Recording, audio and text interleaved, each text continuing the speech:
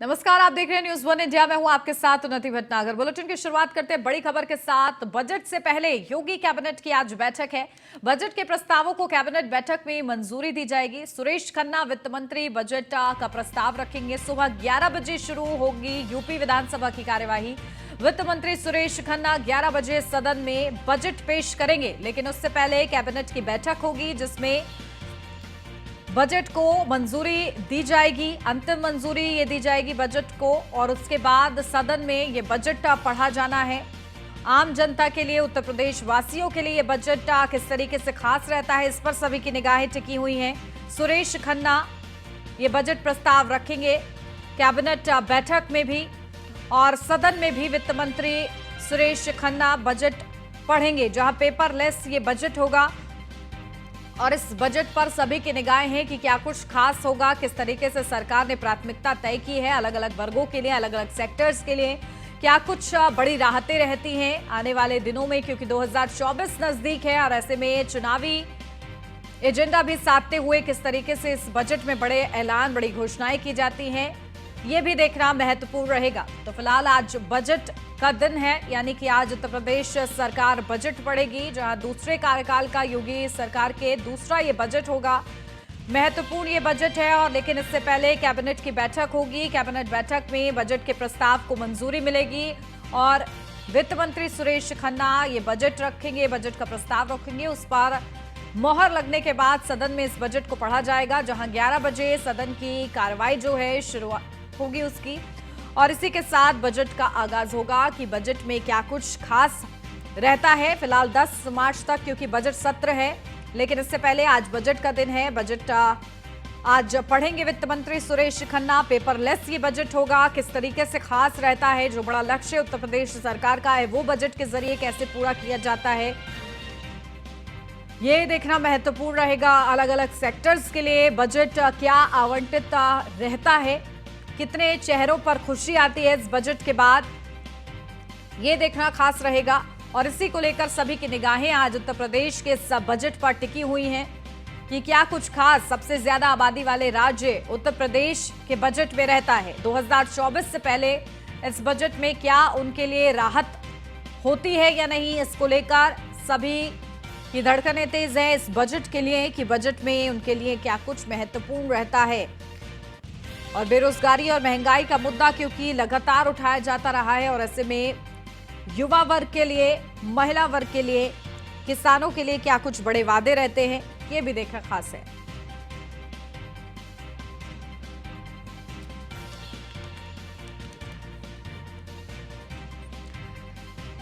चलिए सीधा रुख करते हैं। हमारे संवाददाता हमारे साथ जुड़ गए हैं। अश्विनी द्विवेदी लखनऊ से हमारे संवाददाता जुड़ गए हैं, कानपुर से रामजी शर्मा हमारे साथ जुड़ गए हैं, वाराणसी से संतोष ओझा हमारे साथ जुड़ गए हैं, आगरा से कृष्णा त्यागी हमारे साथ जुड़ गए हैं।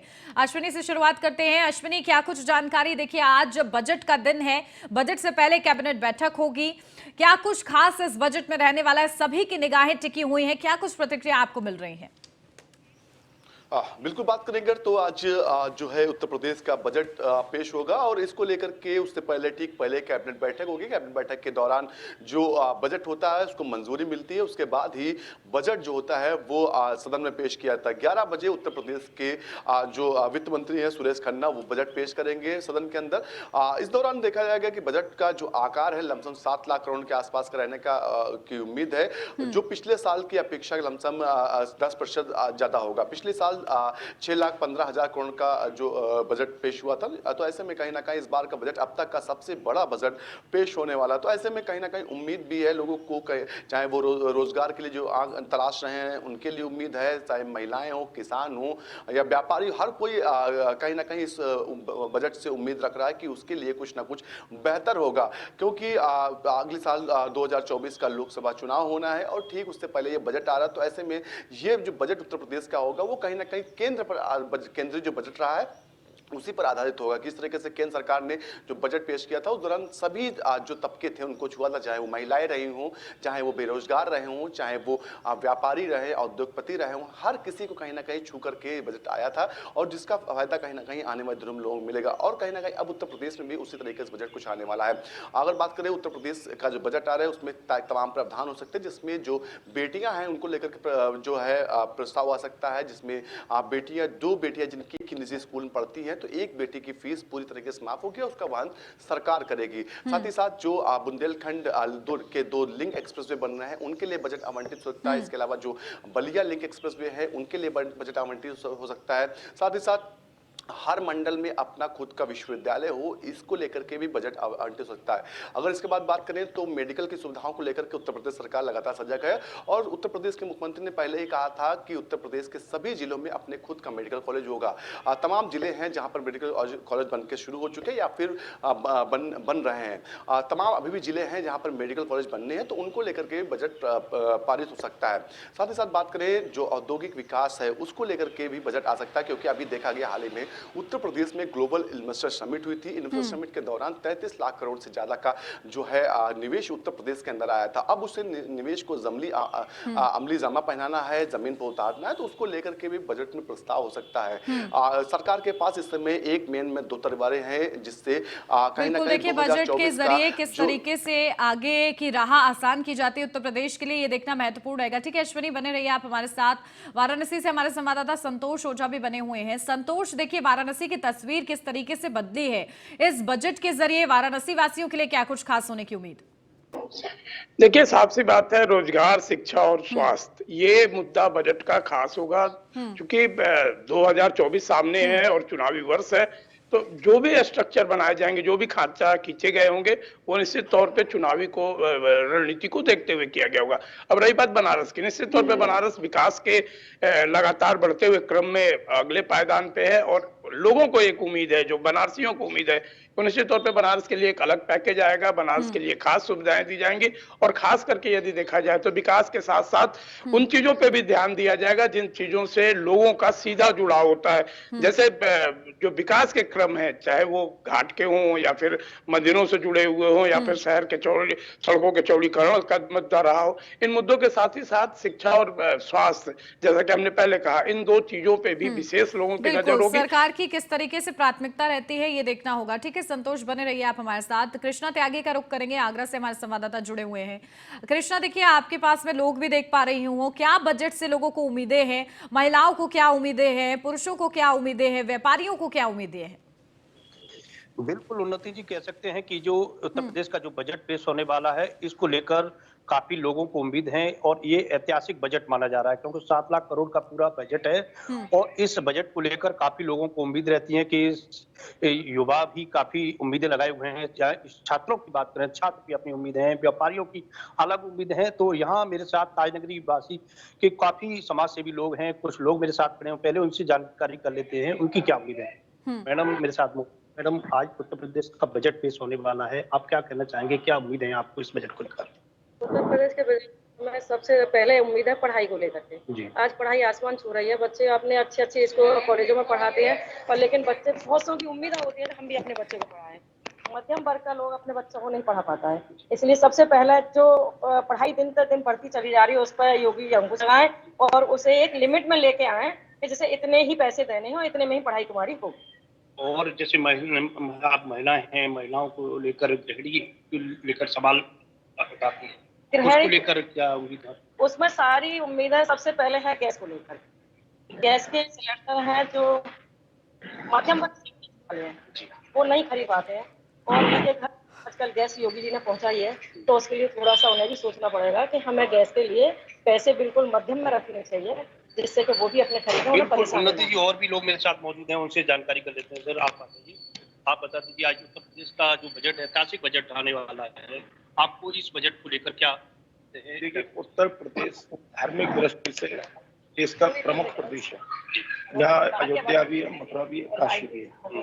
मैं चाहूंगा कि उत्तर प्रदेश सरकार बुजुर्गों के लिए या एक खास तरीके से जैसे 50 से 51 साल की उम्र वालों के लिए उनके आने जाने के लिए सुविधाएं दे और उनको पर्यटन नगरी को ही विकसित करें, जिससे हमारे प्रदेश में रोजगार भी आएगा और लोगों को सहूलियत मिलेगी। विपक्ष लगातार कानून व्यवस्था को लेकर सवाल उठाता है, महंगाई को लेकर सवाल उठा रहा है, उसको लेकर कुछ उम्मीद आपकी? देखिए, कानून व्यवस्था मैं जानता हूँ अखिलेश राज के सापेक्ष इस समय बहुत बढ़िया है और अपराध तो हमेशा से होते रहे, हमेशा होते भी रहेंगे।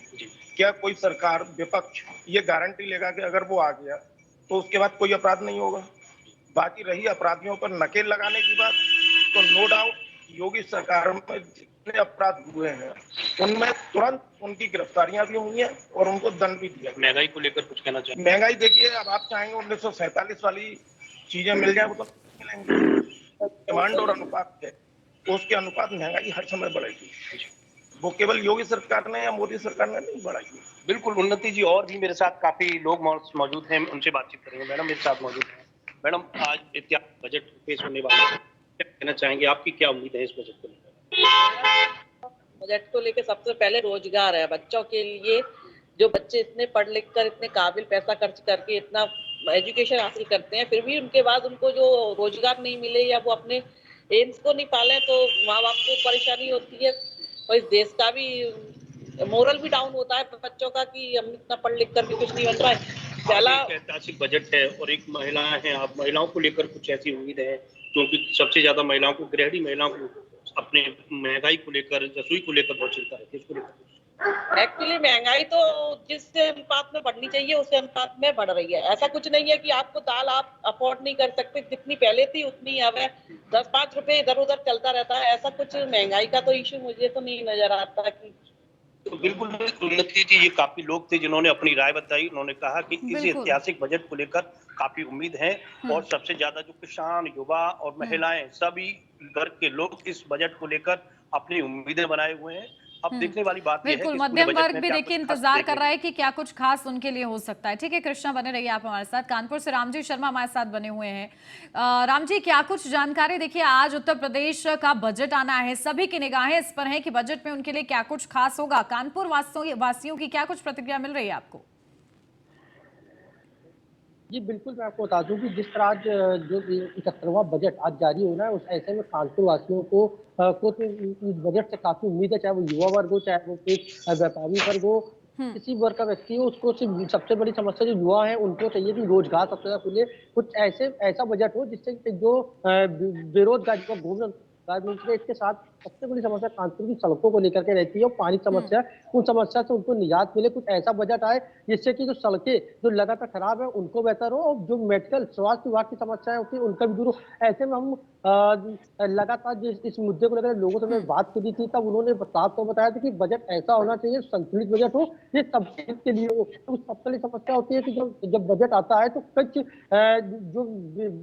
जो गरीब तबके के लोग हैं, मध्यम वर्गीय लोग हैं, उनके लिए बजट कहीं ना कहीं उनके पक्ष का नहीं होता है। ऐसे इसी को देखते हुए इस तरह का बजट आज पेश होना चाहिए। जब बजट पेश होगा तो लोगों को चीजें होंगी कि बजट ऐसा होगा। प्रदेश सरकार जो वित्त मंत्री पेश करना, जब बजट पेश करेंगे तो बेहतर बजट होगा।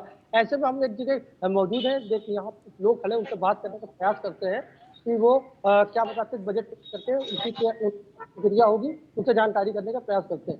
भाई साहब, आज बजट हम तो यही चाहेंगे कि पब्लिक के अकॉर्डिंग बढ़िया बजट होना चाहिए, इसको गरीब में और मिडिल क्लास में भी बेस्ट ऑप्शन होने चाहिए। और क्या युवाओं को लेकर, क्या हेल्थ को लेकर भी सुविधाएं मिलनी चाहिए। महंगा होता चला जा, हम तो यही चाहेंगे। न्यूज़ वन ये और भी लोग यहाँ पे मौजूद हैं, उनसे बात करने का प्रयास करते हैं, जानते हो क्या बताते हैं। आज बजट किस तरह का बजट चाहेंगे कि आपका फायदा हो? बजट पेश हो रहा है कि भाई ऐसा बजट पेश में कौन सी लगी आपके? और अमीर तो वैसे कोई दिक्कत होनी नहीं है। 700 पे देखना, 759 अगर टाटा 553 आता है, गरीब होता जा रहा है, इसके बाद खाने के कुछ नहीं है। अगर बजट बढ़ेगा तो वो क्या करेंगे आगे जाके? हाँ, काम किसी के पास नहीं। गरीब आदमी 2 रोटी कमा रहा है, 2 पैसा कमा रोटी के लिए। अगर बजट पास होगा, अगर चीजें महंगी हो जाएंगी तो वो कैसे चीजें लेंगे, मेरे अपने परिवार को कैसे चलाएंगे? कोई गरीब बच्चे पढ़ रहे हैं, अपने बच्चों को कैसे पढ़ाएंगे? बजट बहुत मैटर करता है और बजट गरीबों के हक में निकलेगा तो बहुत ही अच्छी बात है। मेन चीज यही है।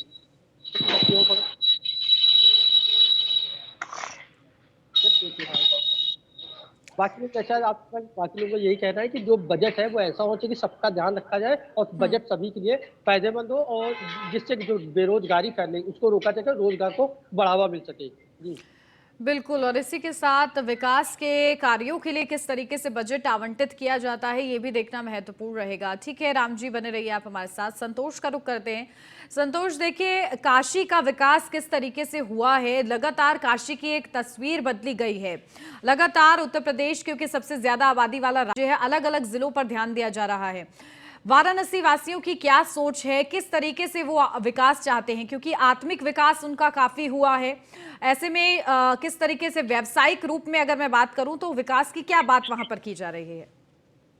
देखिए, सही मायने में बजट एक आईना है विकास का, और स्वाभाविक सी बातें हैं कि विकास सबको चाहिए, चाहे वो राज्य सरकारें हों या केंद्र सरकारें हों या फिर इनके अधीन रहने वाली जनताएं हों। काशी वासियों की बात करें तो साफ सी बात है कि आध्यात्मिक क्षेत्र में खूब सारा विकास हुआ है, लेकिन यदि शहर की बात करें दूसरी तरफ तो पर्यटन उद्योग भी इसके साथ ही साथ न केवल चार चांद लगा है बल्कि आकाश छू रहा है, ये कहना ज्यादा अच्छा होगा। अब रही बात सड़क के विकास की, तो निश्चित तौर पे बनारस में अभी कुछ ऐसे पहलू हैं जहां पे विकास की बहुत सारी संभावनाएं, जैसे कि हमने पहले कहा, शिक्षा वो क्षेत्र है जिससे लोगों को न केवल संबल मजबूती प्रदान की जाती है बल्कि ये कहा जाए कि उन्हें खड़ा होने में बल भी मिलता है। दूसरी ओर यदि देखा जाए कि जब पर्यटक किसी शहर में आते हैं तो शहर की खूबसूरती को निहारते हैं, आने जाने की ट्रांसपोर्टिंग को देखते हैं, और यही नहीं इसके अलावा ये भी देखते हैं कि आखिर इस जगहों पे पहुंचने के लिए, उन पर्यटन स्थलों पे जाने के लिए हम कितने अपने आप को कन्वेंट समझ रहे हैं। तो समझा जा सकता है इन सारी बातों के लिए यातायात सबसे जिम्मेदार है। और बनारसियों की यदि बात करें, काशी वासियों की बात करें, तो इनका सीधा सीधा कहना है कि जो रोड के जाम का मकड़ जाल है, इस मकड़ जाल के लिए सड़क के चौड़ीकरण और चौड़ीकरण के साथ सुगम यातायात व्यवस्था की जरूरत है।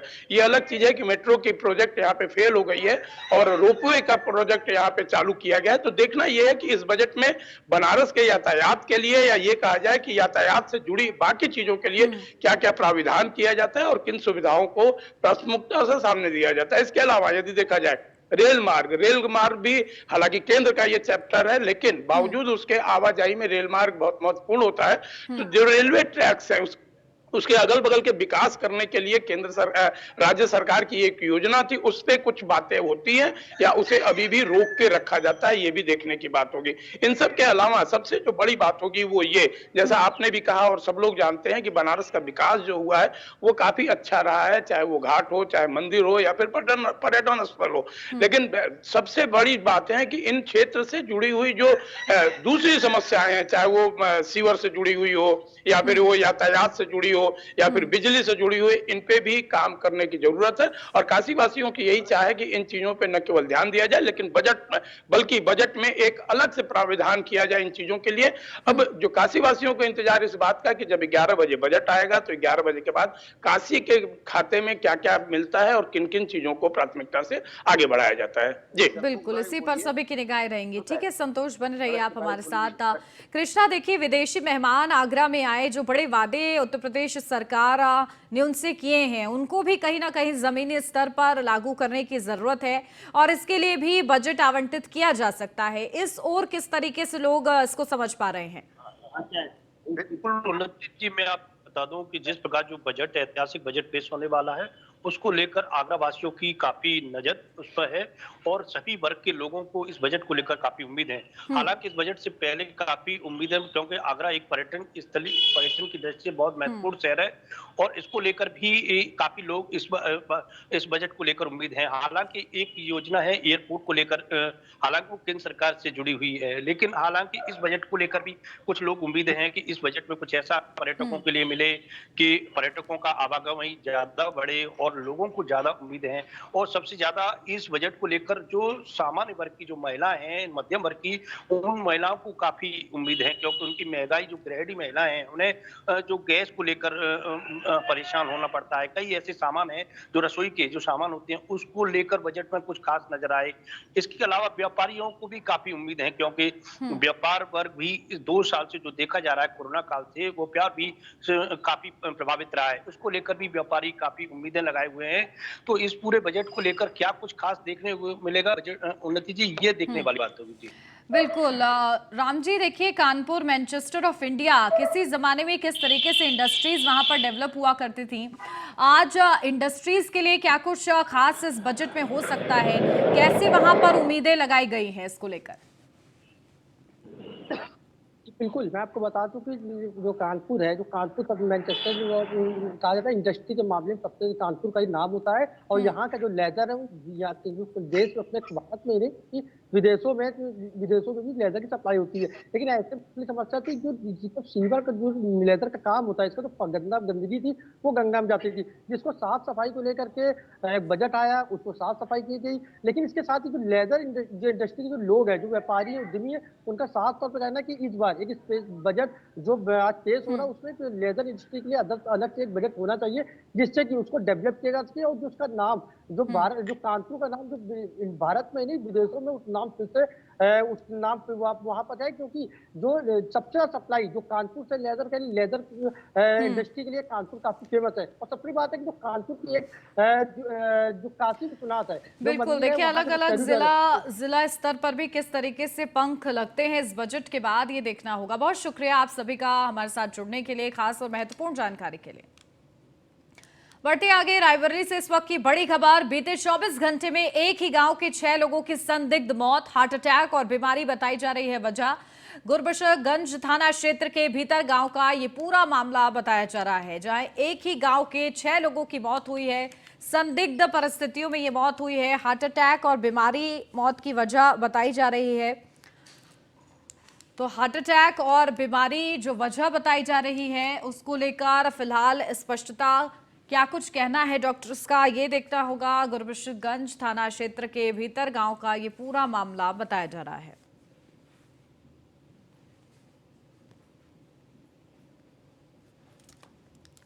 तो बड़ा ये पूरा मामला रायबरेली से सामने आया है, जहां बीते 24 घंटे में एक ही गांव के 6 लोगों की मौत हुई है। हार्ट अटैक और बीमारी इसकी वजह बताई जा रही है। गुरबशरगंज थाना क्षेत्र के भीतर गांव का ये पूरा मामला है। तो एक ही गांव में 6 लोगों की मौत, गांव का माहौल बदला हुआ है, जहां गांव में शोक की लहर है। बीते 24 घंटे के अंदर एक ही गांव के 6 लोगों की संदिग्ध मौत हुई है।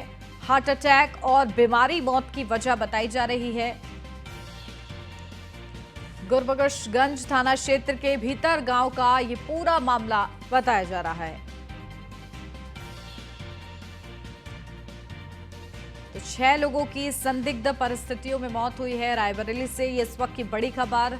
बीते 24 घंटे में 6 लोगों को अपनी जान से हाथ धोना पड़ा। हार्ट अटैक और बीमारी वजह बताई जा रही है।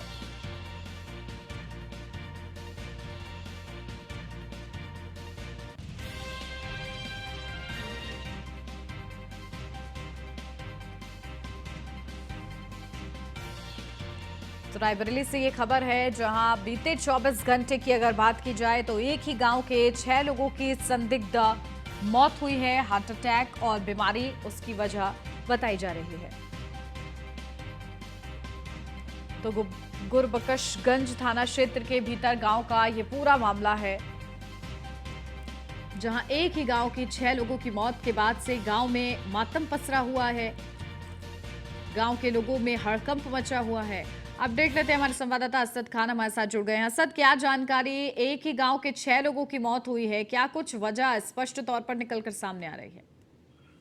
देखिए, बिल्कुल ये हृदय विदारक घटना है। गुरबशरगंज थाना क्षेत्र के भीतर गांव में कल करीब ये एक ही गांव में 6 परिवार के 6 लोगों की हृदय गति रुकने से मौत बताई जा रही है। फिलहाल अभी स्थिति स्पष्ट नहीं हो पाई है। रात में भी एसडीएम, डीएम, पुलिस अधीक्षक मौके पर मौजूद थे, लेकिन जो बात सामने निकल कर आ रही है वो हृदय गति रुक जाने से आ रही है। फिलहाल 4 लोगों का तो चुपचाप तरीके से अंतिम संस्कार करा दिया गया, वहीं 2 लोगों को अभी उनका पोस्टमार्टम कराया जा रहा है। अब जांच में जो निकल कर सामने आता है, फिलहाल जो गांव के लोगों को कहना है वो साफ तौर पर यही कहना है, या अधिकारियों का जो कहना है वो हृदय गति रुक जाने के कारण मौत हुई है। ठीक है, बहुत शुक्रिया असद आपका तमाम जानकारी के लिए। और इसी के साथ इस बुलेटिन में बस इतना ही। खबरों का सिलसिला आगे भी जारी है, आप बने रहिए न्यूज़ 1 इंडिया के साथ।